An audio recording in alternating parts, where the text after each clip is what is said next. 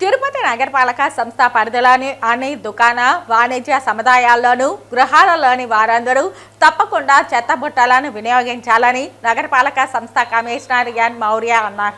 నగరంలోని royal Nagar, Maruti Nagar, Rythu Bazar, MR Palli Kodali, west church తదితర ప్రాంతాలలో బుధవారం ఉదయం కమిషనర్ ఆకస్మిక తనిఖీలు నిర్వహించారు. పలు దుకాణాల వద్ద చెత్త రోడ్లపైనే వేస్తుండడం చూసి మందలించారు. ఈ సందర్భంగా కమిషనర్ మాట్లాడుతూ తాము తనిఖీ చేసిన పలు ప్రాంతాలలోని దుకాణదారులు చెత్త బుట్టలు వినియోగించకుండా చెత్తను కవర్లలో వేసి కాలువల్లో పడేస్తున్నారని అన్నారు.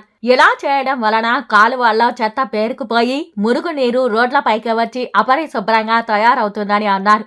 ప్రజలు, దుకాణదారులు చెత్త బుట్టలు వినియోగించి మీ వద్దకు వచ్చే మా సిబ్బందికి చెత్త అందించి నగరం శుభ్రంగా ఉండేందుకు సహకరించాలని పిలుపునిచ్చారు.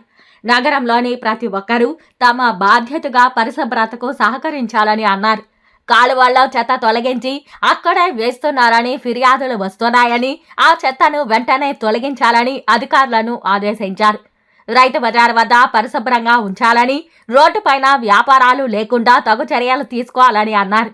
రాయల్ నగర్లోని తుడా పార్కును పరిశీలించి శుభ్రంగా ఉంచాలని, ఆట పరికరాలు మరమ్మతులు చేయించాలని తుడా అధికారులను ఆదేశించారు. కమిషనర్ వెంట superintendent engineer Shyam Sundar, health officer doctor Yuva Anvesh, TUDA EE Ravindra, డిఈలు ACP Balaji, surveyor Koteswararao, Srinath Reddy, sanitary supervisor Chenchaiah తదితరులు ఉన్నారు.